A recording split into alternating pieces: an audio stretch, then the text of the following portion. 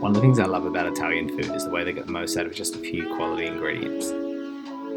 This pasta dish is the perfect example of this. The sauce to the pasta is basically made up of just two ingredients, broccoli and pancetta. However, the way we're going to cook and season it will turn it into something special. If you're low on time but want something super tasty to eat, then this is the dish for you.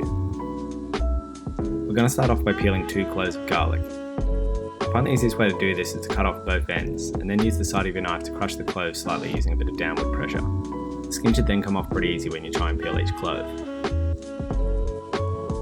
Once you've peeled both cloves of garlic, you want to use a knife to slice down the garlic lengthways, making sure not to cut right down to the very end of the clove. You then want to flip your knife horizontally and make some incisions that go directly across the slices you made before. Once you have cuts going both ways into the clove, you should be able to dice it into small pieces. Now that the garlic has been diced into relatively small pieces, we want to add a pinch of salt to start bringing the moisture out. This is going to help when you start mincing the garlic with the blade of your knife. You then want to tilt your knife so it's at about a 15-degree angle with the chopping board. Run the blade over the garlic, making sure you apply enough downward pressure to crush it into a paste. You might need to repeat this process a few times over to get the right consistency. Next up, we want to start roughly chopping about 150 grams of pancetta. We then want to grab 1 head of broccoli and start breaking it down into smaller pieces. Throw this all in a food processor and blitz it up into a paste. The texture of the broccoli is really up to you, but I prefer to keep it slightly chunky. Meanwhile, we want to start boiling the water for the orecchiette. As always, we want to make sure the water has been generously salted.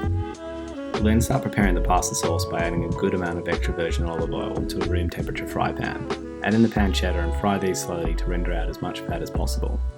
This is going to form the base of the sauce.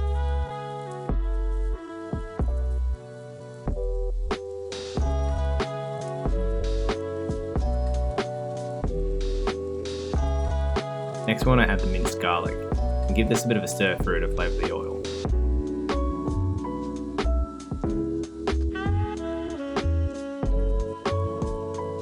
I also like to add some white pepper and some crushed chili flakes to give it a bit of a kick.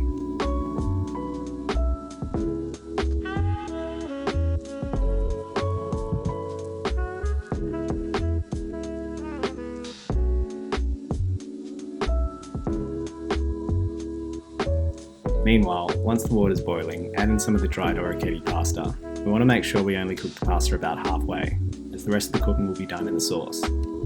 Add the broccoli puree to the pan and start to fry this in the garlic and chili oil.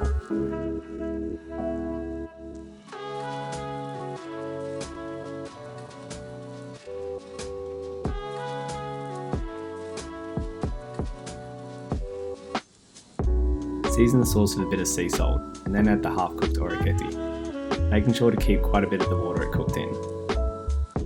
Finishing the cooking process in the pasta sauce is going to mean the orecchiette soaks up all the flavour we've developed.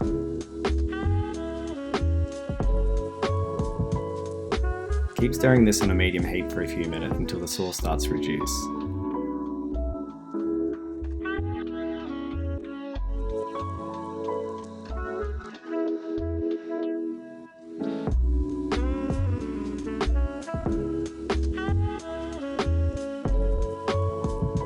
Once we have it looking something like this, we can turn the heat down to low and start grating in some Parmesan cheese. I like to add quite a lot, but it's completely up to you. Give this another stir through, letting the cheese melt into the sauce. At this point, the pasta should be ready to serve. Grab a nice bowl and start plating it up. Feel free to finish it with a bit more Parmesan cheese here too. If you're interested in trying this at home, then I've got a link to the full recipe in the description of this video. And if you want to see more videos like these, then please help us out by subscribing to the channel. Thanks for watching and see you in the next episode.